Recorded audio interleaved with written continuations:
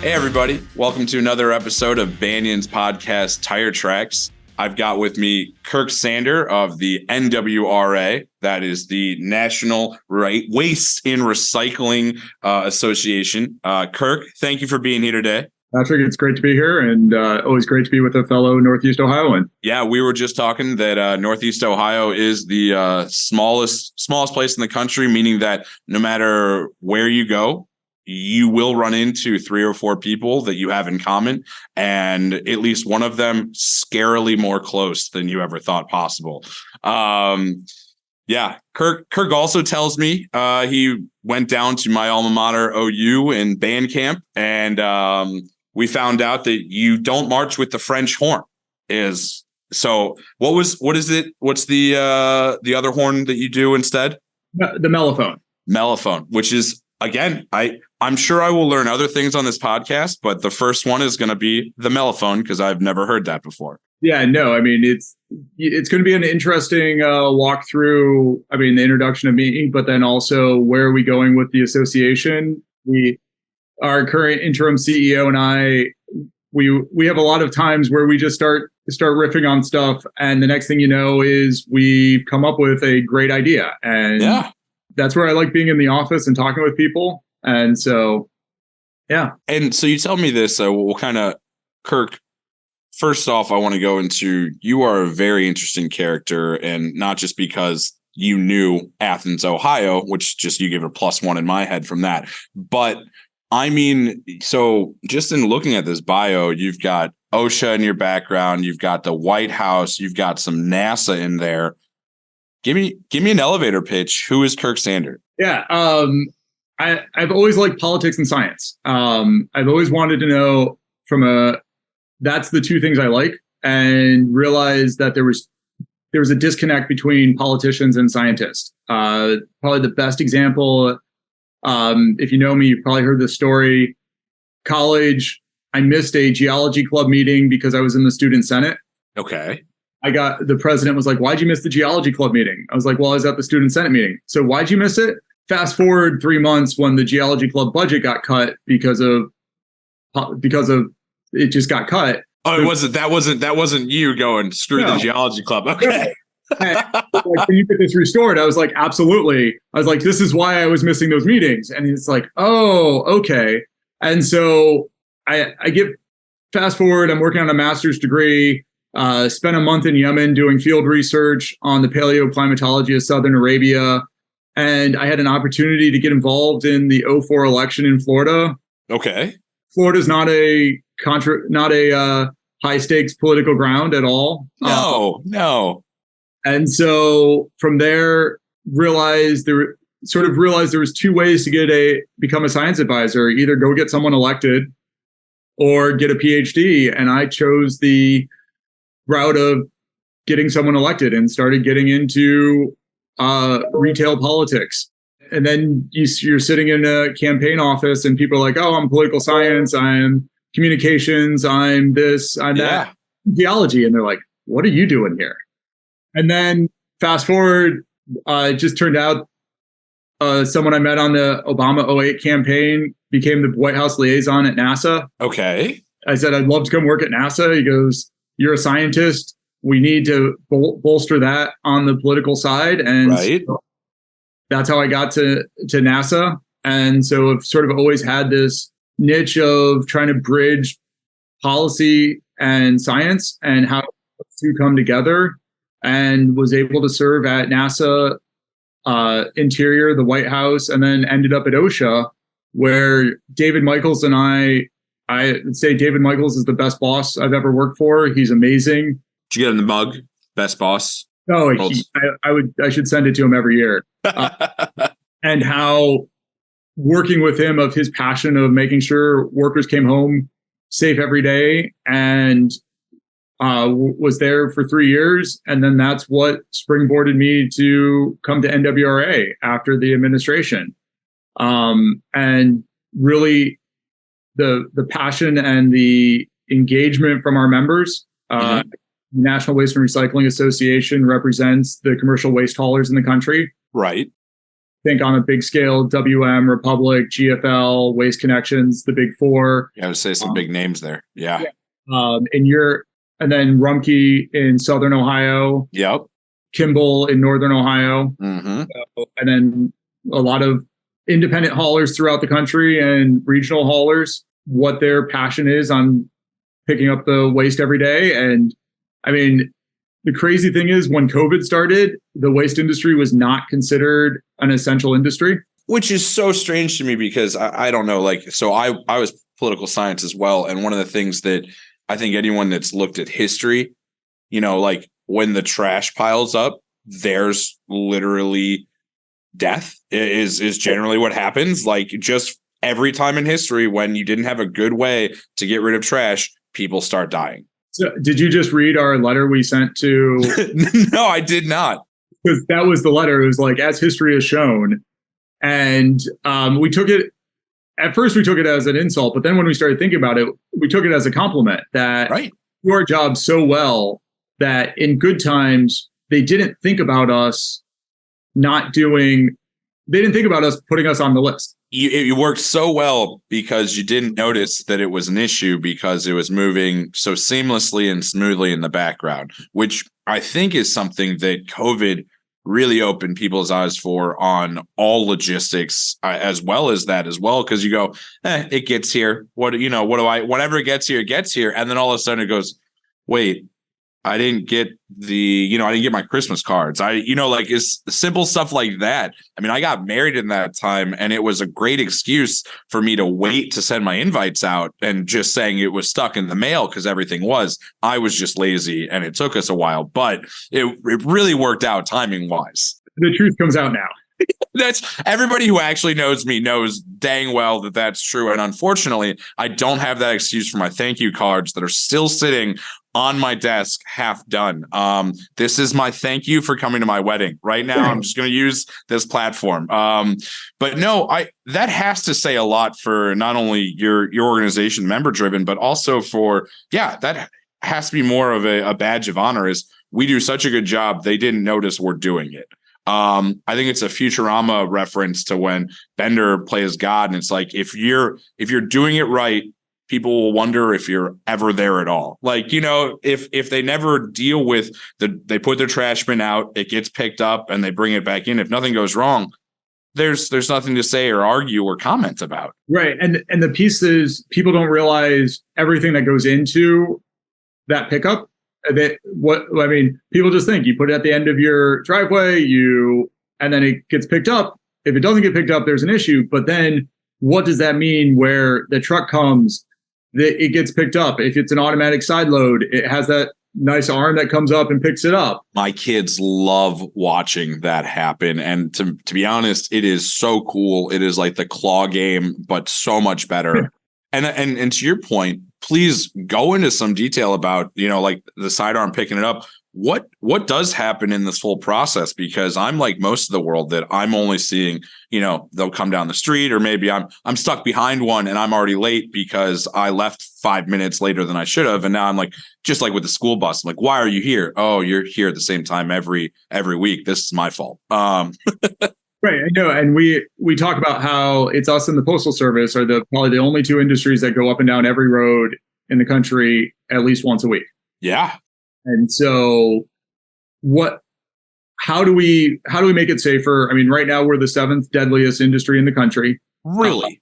Yes. Is that due to, because I worked at UPS for a little bit too, and that there was always the statement that you might be a big brown truck, but somehow you are invisible to people. Is that from just being on the side of the road, or are there other inherent risks? So there are other inherent risks. I mean, think about everything everybody puts in their trash. But for the most part, over 60% of our fatalities are transportation related.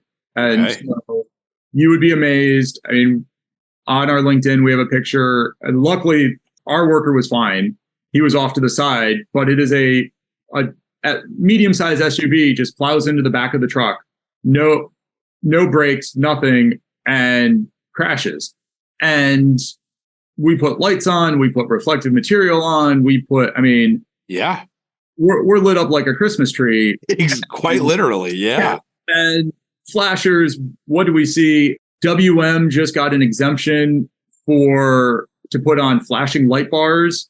So when their brake engages, there's another bar goes on, and see what happens on those. But a lot of it is, we think a lot has to deal with distraction. People wanting to be on their phones, because we were trending downwards. And then, I mean, a lot of people weren't on the road for the past few years too. So we stayed consistent. Oh, okay. Correlation isn't causation, but looking at the rise of smartphones seems to where we plateaued. We need to look into it more. Part of the reason we're 7th is other industries got worse. So our rate stayed the same, but other industries jumped us. So slight wins. But is that why you got pulled into the NWRA with your OSHA background, because of the safety? Yeah, the way I was told was we need someone who understands OSHA, understands the federal government, to get us in, so we understand what the issues are, what are we doing, and translate that so that we can better understand what we do. And it has been a goal for the industry to get off the top 10 for a number of years now. Okay. So trying to figure out, how do we engage? The other piece is, how do we figure out where the fatalities are? Like, looking through the FARS data at FMCSA, it's hard. And if you look at a lot of the incident reports, the crash reports, some of them are 14 pages, and on page like 7 or 8 is garbage truck. Well, if you're a police officer trying to fill out all this paperwork, if you just check class 8 truck, are you going to go all the way to page 7 or 8 to check garbage truck? And so, I mean, the amount of, and even in the press where I'll get garbage truck runs over something, then I pull it up, it's a dump truck or truck.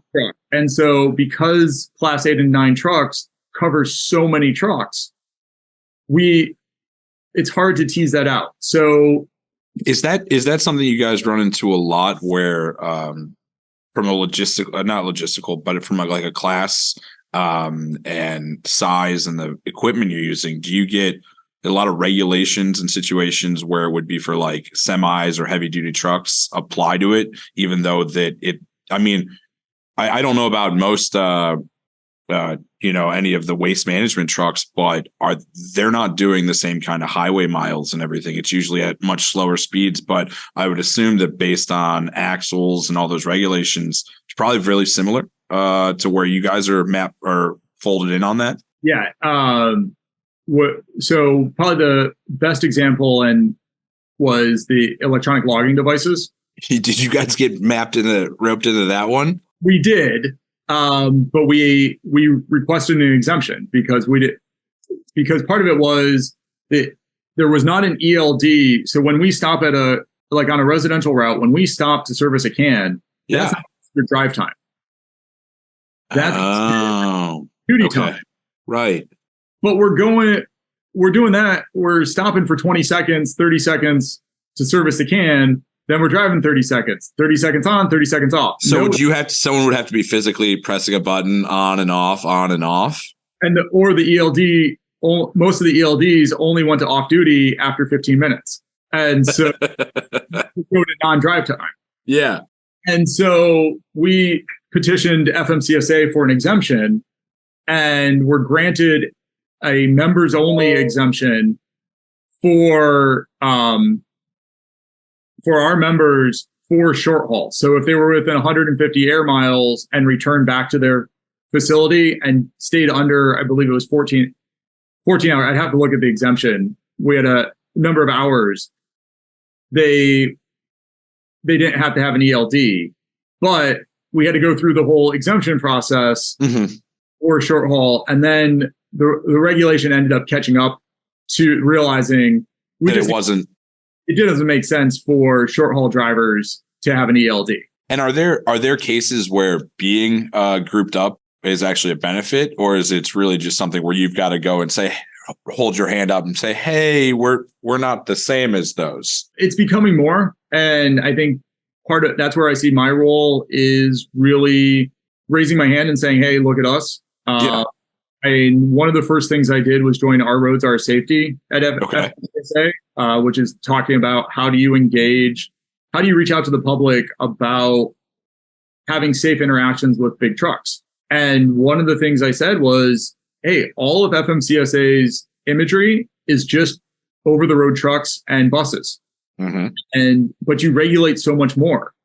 Why don't you have school buses? Why don't you have UPS trucks? Have beer trucks? I love it. Diversity and representation from the equipment level right now. I like this. Right. And because we do that stuff, but we're still regulated by you. But if everybody's only seeing large semis and buses, that's all they're going to think about. Right. And so how do you write those regulations so that they affect what you want for the long haul folks, but also how do you do it our joke is Amazon drops everything off, then we pick up all the boxes. Very true. Right. So just as much as, or the beer distributors, they drop off the beer and the liquid or the drinks, we pick up all the bottles and cans and recycle them. And so what does that mean for regulations? What does that mean? I go talk to bike advocacy groups. I'm in a number of road safety groups, and the bicyclists are always like, oh, you drive those big trucks. I'm like, right, we do. But we're also vulnerable road users. And when we get out to service a can, to move it, we're just as at risk as you are. Yep. Like, oh, I was like, so let's figure out a way to work together, because the issue is not, I'm an active cyclist. I know you can, I think it's in South Dakota, you can ride on the highway, or at least at one point you could. I don't think maybe you can't anymore, but like you could go on the interstate in some way.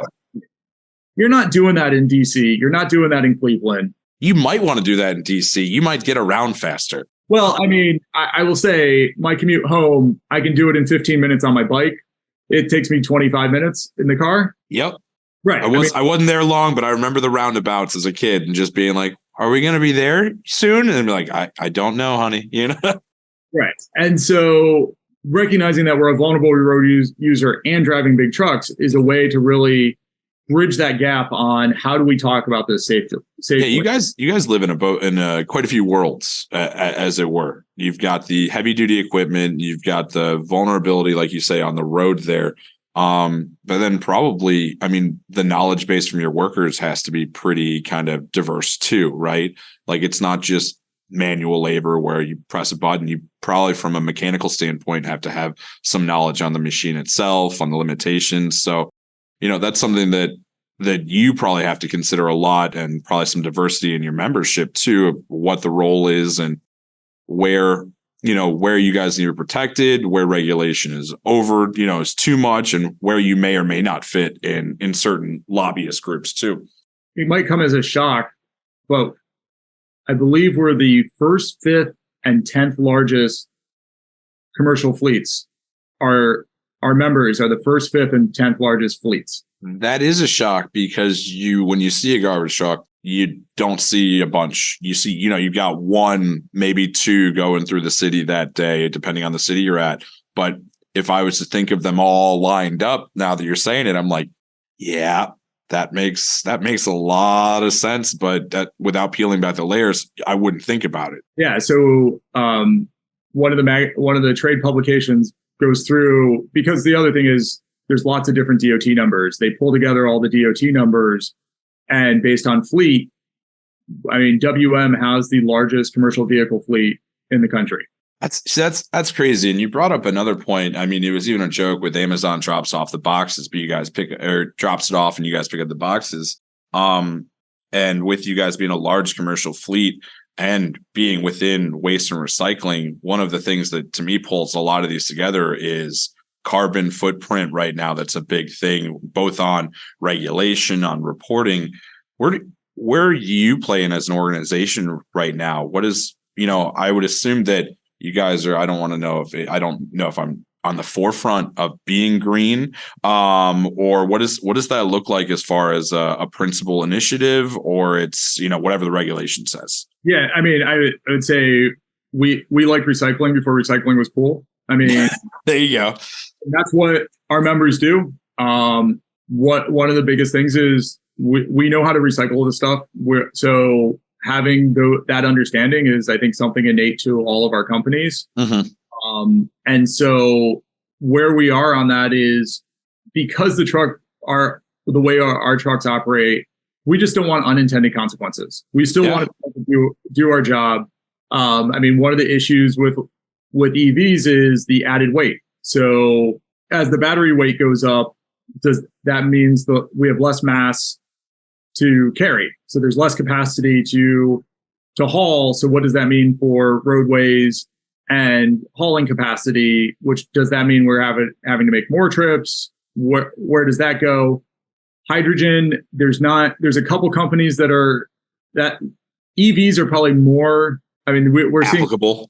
Well, no, we're seeing more. So I'd say they're further in development. Okay. So we're seeing EVs on the road right now. A lot of the big manufacturers already have trucks on the road in our industry. You're starting to see more talk about hydrogen. I believe DOE just made a big hydrogen announcement, so we'll see how that plays. But the thing is, we do a lot in CNG. What's CNG? Compressed natural gas. Okay, thank you. And a lot of that is scrubbed off of our landfills. So it's coming off the landfills instead of flaring. It goes right into the trucks. And more of a whole Buffalo kind of system there.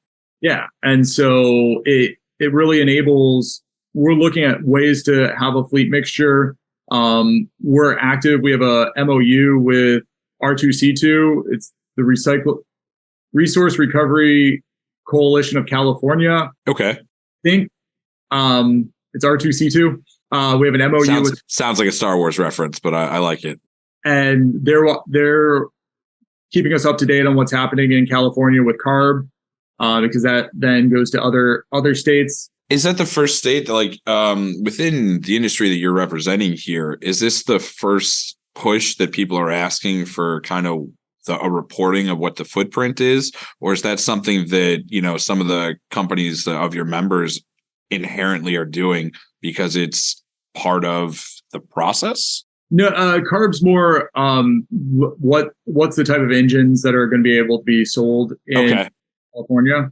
So it's a larger. It's not more of the ESG reporting. It's the type of engine that will be able to be used in the emissions for California is the way I understand. Gotcha. So that could have some big implications as you're talking about the largest commercial fleets already existing, and if you'd have to make a drastic change or modify, 30% of it because it falls outside of this California regulatory push. Yeah. Right. And so we're monitoring on that.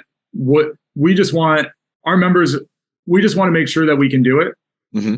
And so how do we do that?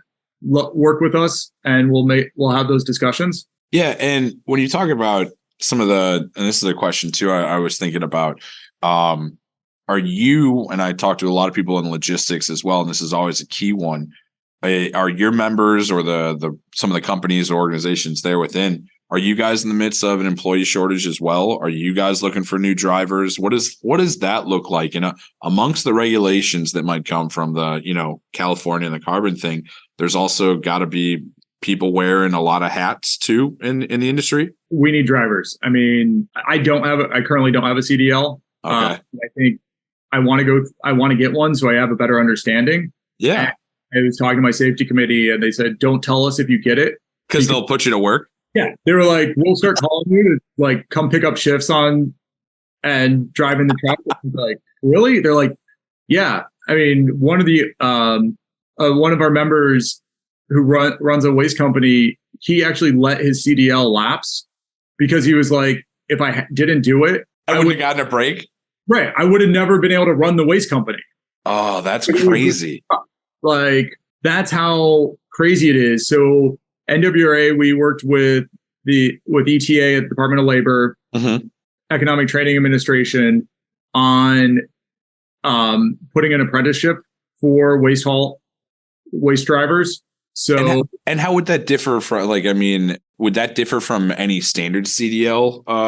Where's the differences there for you guys? It's just more industry specific. It's more industry specific, and more so it puts us out there in the Department of Labor workforce environment that there is an apprenticeship for waste and recycling drivers. And so our member companies can sign up to say, hey, we will take apprentices on this to train you as a driver. And so it's more of a way to advertise that this is a potential career. Okay. Our national companies have engaged on it. A couple of the regional companies have. It's more of the way it sets up parameters on what you need to know to train, and it's basically what they do anyways. Yeah. But it allows us to, when a high school student sees a list of potential jobs, that's on the list of potential jobs because it's a registered apprenticeship program. Okay, I gotcha. I mean, you guys, I did a podcast episode with Women in Trucking. You guys should get together on that too. See if there's some opportunities for more women to be involved in the waste and recycling. So with automation, I mean, I've been on Ellen's show before. Oh, her trucking show on Saturday mornings. So, very nice. And she's been a judge. So I'm not bringing up anything new. I'm not a mastermind here. They're like, yeah, we do that. Shut up, Patrick. Ellen's been a judge for our Driver of the Year competition. Oh, okay. So there's already some back and forth there. Awesome. Yeah, no, we very much know Women in Trucking, and our Women's Council works well with them. And Ellen and I talk frequently on issues. And getting to technology, that's one of the things people think garbage man and this big guy that can throw garbage bags everywhere. Yeah. And I mean, getting back to that arm, I mean, that's all automated. Right. It moves it. I mean, one of our members, Republic, has a facility in Louisiana with over 60 female drivers. Okay. And so you're proof that you can do it. Yeah. Seeing more and more women drivers get into the industry. We had our first woman driver of the year a couple years. 2 years with COVID. My time. Yeah, trust me, man. I went from no kids to 4, so yeah, it's a blur for me too. I know exactly what that's like. So we're getting more and more women in the industry as as you find out, it's not throwing bags 25 yards or something crazy like that. Right. I mean, I hope they're not doing it for their musculoskeletal issues, but as we get more automation, as we have cart tippers, as we containerize, those open up. I mean, other member, I don't know if he's retired, but they had a 70-year-old driver, and his kids are like, "What, Dad? When are you going to retire?" And he's like, "My boots are as clean when I leave as when I got here." And he goes, "And I have to say, kids, sorry for giving you all the crap for playing video games because I just sit there with a joystick." Don't let my kid hear that, but that's awesome. It's very true because that's so much of the automation has gone to making it easier. And I think that not to take away from those that are still doing the manual work on side of it, probably a lot more of it is the work is closer to a truck driver anywhere than maybe the garbage guys or the sanitation workers of old, where it was very manual heavy. I got to pick this up. I got to lug it out. And so that's got to be nice for grabbing more people into the fold, grabbing new drivers and saying, hey, we're using technology every day for that. And it's also safer. Yeah. Because, I mean, if you stay in the truck, it's safer. Yeah, the airbags do not follow with you outside of the truck. I'm sure you've got some real weird prototypes for that, a bubble suit or something that didn't work out. But yeah, no, that makes a lot of sense. And back to Amazon keeps coming up because I read a recent article from CNBC where they're pushing on their suppliers, just like Walmart and Apple and their vendors, to have carbon plans in place and work on reducing it, or else they might not look at it. And one of the things we're doing at Banyan, we partnered with patch.io to have that available as reporting. But one thing, and that's one way to see, where that supplier carbon is coming from. So that way Amazon can report accordingly. But are they doing anything? Is there a system in place for your organizations to say, hey, we picked up 38 Amazon boxes at this stop? Like, does that go back into any calculation somewhere, or is that kind of data not available right now, or nobody? No, I don't want to say nobody cares, but no one's asking for that. I am probably not the best person to answer that. Sorry, my brain just starts going. So, but I mean, Anne Germain, she's doing a lot with phase 1, phase 2, and phase 3 emissions. Mm-hmm. She being that it's a lot of landfill issues, when it gets into the trucking issues, then she's like, hey, Kirk, I got to pull you in. Yeah. She's doing a lot on those. There is, I mean, I just had a call with a company who they have a label that they can put on, so you could figure out, like, if Coke labeled all their bottles, you would know how many Coke bottles got pulled out of a sort line. Oh. Right now on recycling facilities, just sees a PET bottle and pulls it out. We're agnostic to if it's Coke, if it's Pepsi, if it's Dr. Pepper. Right. So we can pull those out. It's just a matter of, then do the brands want to know that data? And if they do, what is it economically feasible for us to put that extra technology in, so that they know how many Coke bottles got pulled out of the line versus, okay, we got 1,000 PET bottles this hour. Yeah, and that seems to be within a lot of the kind of the green regulation and the carbon talks, is that, feasibility versus cost and application. Like, sure, somebody could do something like that. A, do you want to? B, why? And see how much is it going to cost versus what you're getting out of that. And I think those are very important questions to be asking right now. And I think, unless I'm mistaken, right now, the regulations coming down are more private from the different organizations. Is there anything big from the government itself coming down for this kind of information and this data outside of what it has been? Or is this like a lot of other things we're looking towards private organizations, or maybe California to do something first, and then the federal government will start taking a look? Again, I would say this is probably more Anne's domain. Sorry, I apologize, Kirk. No, I still want your opinion, domain or not. No, I mean, I'd say there are a lot of standards groups and pseudo standards groups that are putting out things. It's sort of what's going to stick. You can see more on the federal side, things happening, states, but getting into specifics on it. I mean, I'm a 30,000 foot observer on this, not into the details too much on it. So no, and that's okay. That's okay. I apologize. It's just one of those things that once my brain starts going, then I start asking questions. So back to things you can answer. So tell me, what are some things that the NWRA is really hot working on right now, or something maybe that you guys are proud of that you've been able to do? What's hot button? I mean, hot button's lithium-ion batteries. I mean, it's literally hot. Because they're just like in the trash itself, or in the recycling thing, you're seeing that. On the recycling side, I mean, you take a lithium-ion battery, and if it breaks, it starts a fire. And so you're seeing, I didn't know this. It's happening quite often. Just YouTube lithium-ion battery fire, and you'll be amazed. And they are in all kinds of stuff. We had got a promotional a medical device promotional pamphlet that looked just like paper, but it turned out it had a lithium battery in it, and they got like an entire dumpster load of them. And they drove over one, caused a fire. One went through the baler, caused a fire. And they're like, what's going on? So they pulled one out, and they videotaped them dropping a rock on it.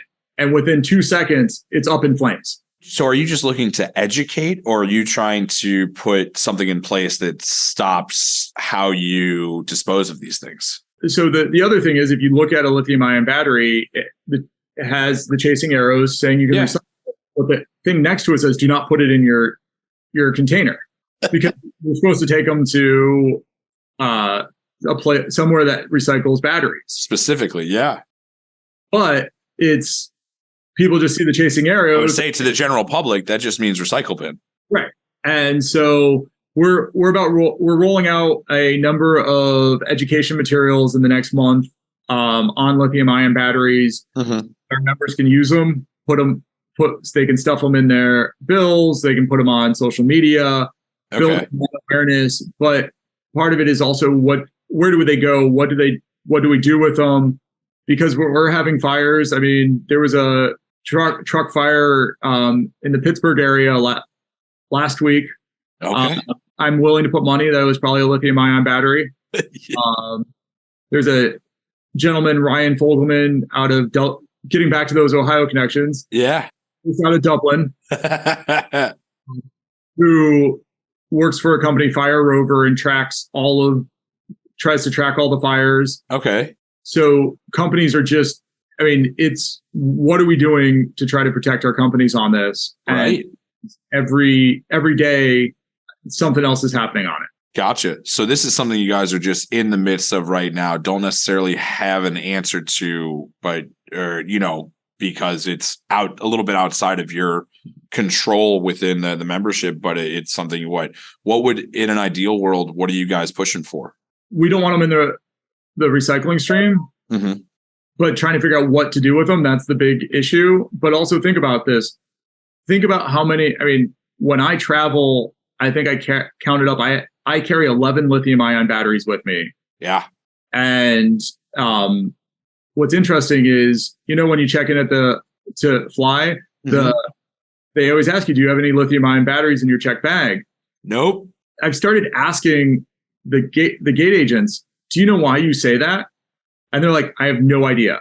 And I'm like, if you have no idea, how are we going to educate the public about this issue? And so they say, so why do we say it? I said, so if they crack or they start a fire, if they crack, and I mean, think about how much those bags get jostled around. I was just thinking about this last time I traveled, as we're speaking right now, how easy this would be to go awry very quickly, and especially in a situation like an airplane. Right. And so, I now carry my electric toothbrush with me on my carry-on because it's a lithium ion battery. And so, yeah, I mean, all the things you think about it, and then you add in all the yard stuff that's going for lithium batteries, all your tools. I have the full electric set. I know. Okay. Yeah. This is crazy. So what does that do? How do you properly dispose of it when you're done with it so that it doesn't, I mean, e-bikes, there was a e-bike fire in New York City where 3 people died because of the fire. These are things that you wouldn't think of. You're like, you know what I mean? And I wouldn't anyways. You see it, you're like, it's electric, you don't think of these consequences until all of a sudden it's literally right in your face and there's people on fire. That's crazy. When we said hot button, I didn't realize I was leading you to quite literally a hot button there, but wow. Choice of words. All right. Nice. Oh, I was like, all right, you're setting me up perfect for this. The other is, it's not as exciting and it's more nuts and bolts, is we're about ready to announce a data project where we're going to be partnering with an academic researcher to look back 10 years and try to figure out any trends of fatalities and injuries in the industry. Okay. And really comprehensive of what type of road, where was the sun, what was the time, what hit us. See if you can pinpoint some real dangerous situations to avoid, is what it sounds like. We've never really had that data to look back at. And so seeing what we can tease out from that. That's awesome. So that's here at Banyan, one of our big pushes is data, and being able to do, what you do with it is different from client A to client B. And yeah, that makes a lot of sense, because you could have all that data, but how and why are you looking at it is going to be really important. That 10 years back, that's got to be a lot of data. Like what kind of a project hour are you looking at to get this done? I've jokingly said, I think I'm funding someone's PhD. That might be more accurate than jokingly. Yeah. And then the other thing, less so from the safety side, but PFAS. And what's PFAS? Poly and perfluoral alkaline substances, I believe. Okay. It's all the waterproofing stuff. Or sorry, alkyl substances. That's what. Okay. And so what does that do? You're hearing a lot about it in firefighting foam. Again, that is all AN's jurisdiction. But still, that's that's some relevant stuff right there, and you hear about it pretty regularly. Yeah. No, we're coming to an end here, but I always like to, I know I've learned a lot, and more importantly, I've now had to think a lot more about, these different things than I ever would. And it's like going back to some of my old jobs where you walk into a place and it's not like when you're on the shelf, in a retail store and you're like, hey, look, everything's in this box together. And you realize that there's a different manufacturer for every little piece. And then somebody puts the box together and then, somebody ships it there and then someone's got to pick up all the waste. And so one of the reasons I love the podcast is getting to talk to different organizations, different sides of it. And for me, it puts I'm putting little pieces together on a big puzzle. I'm terrible at puzzles, so I may never put it all the way together, but I appreciate your side of it and where you're looking at for your members and what you guys are seeing that's different than some of the, the LTL centric or the parcel centric conversations I have. And yet where you're roped in to the similar situations, whether that's regulations or the employee shortage or the driver shortage more specifically. But here's I get kind of draw to an end, and I've said my part to pretend to be smart. But what's with this medium, what's a message you either have for your members or to anyone listening from the NWRA or just from Kirk Sanders? What do you got to say to the world? Yeah, no, I mean, I think, or all 14 people listening, I mean, I would say part of it is thank your waste driver. Yeah. Because of what they're doing. I mean, modern civilization doesn't work without the waste industry. And so what does that mean for everything else that happens in your life? I mean, yeah, if it wasn't for wastewater treatment plant and the waste and recycling industry, a lot of what we do doesn't happen. And so I think thanking those drivers because they do an amazing job and do it day in and day out. That's a really great kind of shout out and an ending point there, because like we almost started with was that history has shown if trash and sewage doesn't get picked up, things are going bad and people are going to die. And so for every day that doesn't happen, we need to be really thankful and appreciative of those people that's their job day in and day out. Well, Kirk, it has been great talking to you. Thank you for your thoughts and opinions. Even when you said that you weren't the best guy for it, I still appreciate you finding some thought in there. Was great to hear about kind of your from geology to NASA to the White House and hearing about the NWRA. And thank you for everybody who listened to another episode of Banyan Tire Tracks. We hope you'll continue to listen and keep watching as I have a lot of fun making these and hope you get some value out of them. Thank you, everybody. And Kirk, thanks again for being with us. Really appreciate it. Thank you, Patrick. Hey, have a great one.